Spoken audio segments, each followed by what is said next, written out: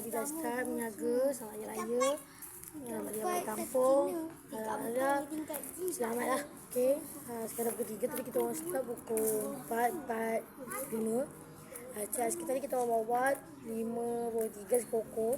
Aiskrim Malaysia bawa 28. Sekarang dah ramai yang beli. Aiskrim kokok tinggal 44. Aiskrim Malaysia tinggal 21 je guys. Okay, sekarang kita bawa kad blok kita je. Kad flat kita orang je. Bawa kad blok B ni. C tadi pergi A, B. A, B, C.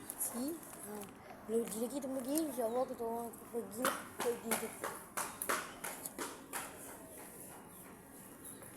Okay. Sekarang dah pukul 3.06 minit. Kita tunggu Imo tak tunggu lagi. Berapa jam nak tunggu dia ni.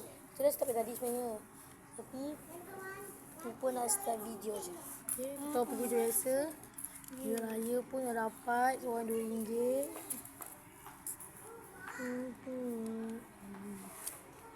Kita sambung. Okay guys. Aiskrim koko tinggal 40. Aiskrim Malaysia macam 21 tadi. Kita start tadi. Kat sini kita tadi bawa 53. Sekarang 30. Alhamdulillah masih dah terjual 13. Yang kita dah terjual lah 13 batang. Ya.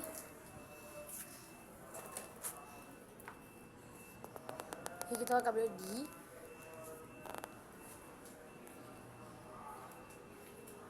Aiskrim Malaysia 7 batang kita terjual. Ya. Sebab mas beraya kan, ramai yang beli. Jadi orang beli je. Lepas tu Isha, ambil botol air tu Isha kali ya. Kau ni tidur apa lagi Isha?